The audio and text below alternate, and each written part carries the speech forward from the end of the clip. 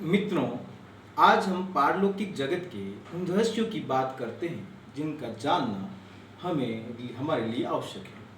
देखिए, भारतीय सनातन परंपरा में इस बारे में अत्यंत शोध भारतीय ऋषियों ने किया, ध्यान के स्तर पर और प्रायोगिक स्तर पर। अब इस अनुसंधान को वर्तमान जगत क्या कहता है, वो उनका नजरिया है। जीवन निश्चित है तो मृत्यु निश्चित है। भारतीय नहीं, पूर्व ही नहीं, पश्चिम ने में भी ऐसी बहुत सारी पारलौकिक घटनाएं घटित होती है।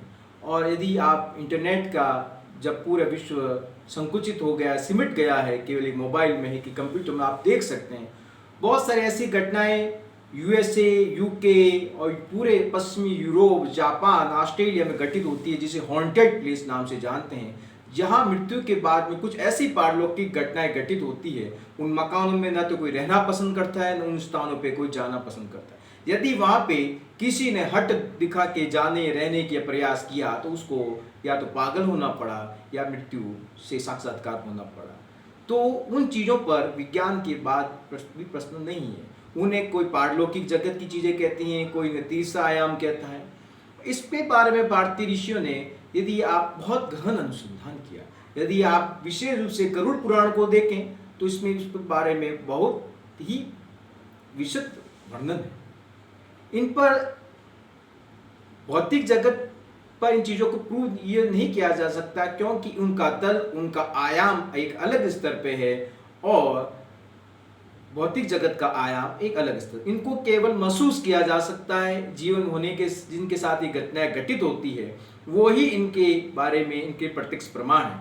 कोई ये कहे यदि वो चीज़ है तो मुझे प्रूव करो, मगर ये संभव नहीं है, क्योंकि ये व्यक्ति और वस्तु की अलग अलग स्थितियों पर निर्भर करता है। अस्तु, भारतीय परंपरा में जीवन के बाद में सबसे महत्वपूर्ण मृत्यु को माना गया है, और मृत्यु के बाद के लिए पूर्ण रूप से व्यक्ति की मृत्यु होने के बाद में पूरा उपक्रम है जिसे मृतक संस्कार कहते हैं। भारतीय परंपरा में 16 संस्कार हैं, और सबसे महत्वपूर्ण संस्कार यदि आप माना जाए तो मेरे हिसाब से मृत्यु का संस्कार, जिसे मृतक संस्कार 16वां संस्कार है।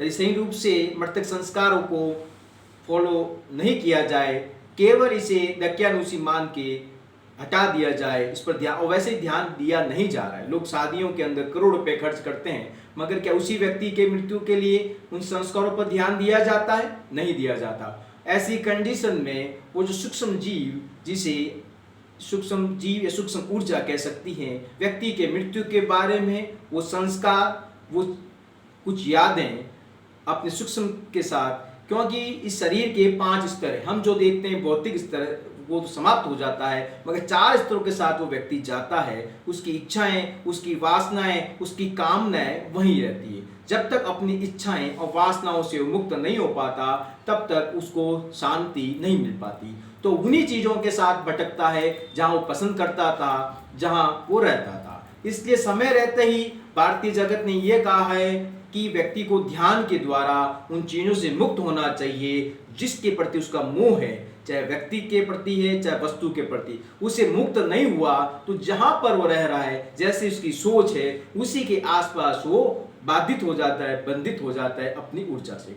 मगर भारतीय ऋषि परंपरा ने इसी आगे बढ़ाते हुए मृतक संस्कारों के द्वारा उसकी नकारात्मकता को सात्विकता में बदलने के लिए मंत्र ऊर्जा से प्रयास किए। तो सभी मित्रों से ये कहना है कि सबसे पहले जो लोगों में गलत भ्रांतियां हैं, कुछ गलत मार्ग पर चल रहे हैं भारतीय सनातन परंपरा के विरुद्ध, कि आप अपने पूर्वजों के फोटो को घर में रख लेते हैं, भगवान की तरह रख लेते हैं, उनकी दिया धूप अगरबत्ती पूजन करते हैं, इस प्रकार से करना बंद करें। यदि ये करते हैं तो आप जीवन में उन्हीं सूक्ष्म जीवों को अपने जीवन में आमंत्रित कर रहे हैं। उनके ऊर्जा का स्तर अलग है, आपके ऊर्जा का स्तर अलग है। यदि वो आपके जीवन में प्रवेश करेंगे, आप उनको रात दिन स्मरण करके आप उनको बल दे रहे हैं, उनकी नकारात्मकता को बल दे रहे हैं, आप उनका सम्मान करते हैं, अवश्य अच्छी बात है, मगर उनको पूजित न करें। उनका आपके प्रति स्नेह था, उनके कल्याण के लिए आप अच्छी प्रार्थनाएं कर सकते हैं, मंत्र शक्ति का प्रयोग कर सकते हैं, उनके लिए विशेष विधान है, उनके वो कर सकते हैं, मगर इस प्रकार से उनका पूजन न करें। उनको कुछ लोग उनको घर में स्थान दे देते हैं, उनका चबूतर बना देते हैं, उनकी पूजा कर देते हैं, यहाँ तक कि शरीर में बुलाने का पूर्ण करते हैं। इस प्रकार के कहीं भी विधान भारतीय पुराणों में उल्लेख नहीं है कि शरीर में किसी शक्ति का आवाज करके उनकी बात को माना जाए। आप पूर्ण रूप से सनातन परंपरा पे चले, यज्ञ पद्धति पे चले, मंत्र जाप पर चले, श्रीमद् भागवत महापुराण, श्री दुर्गा सप्तशती और श्री हनुमान चालीसा जैसे पाठ पर स्त्रोतों पर ध्यान दें, उन पर फोकस करें। इस प्रकार से प्रेत पूजा की तरफ न बढ़ें, सात्विक मार्ग की तरह। सभी को मेरा नमन और वंदन।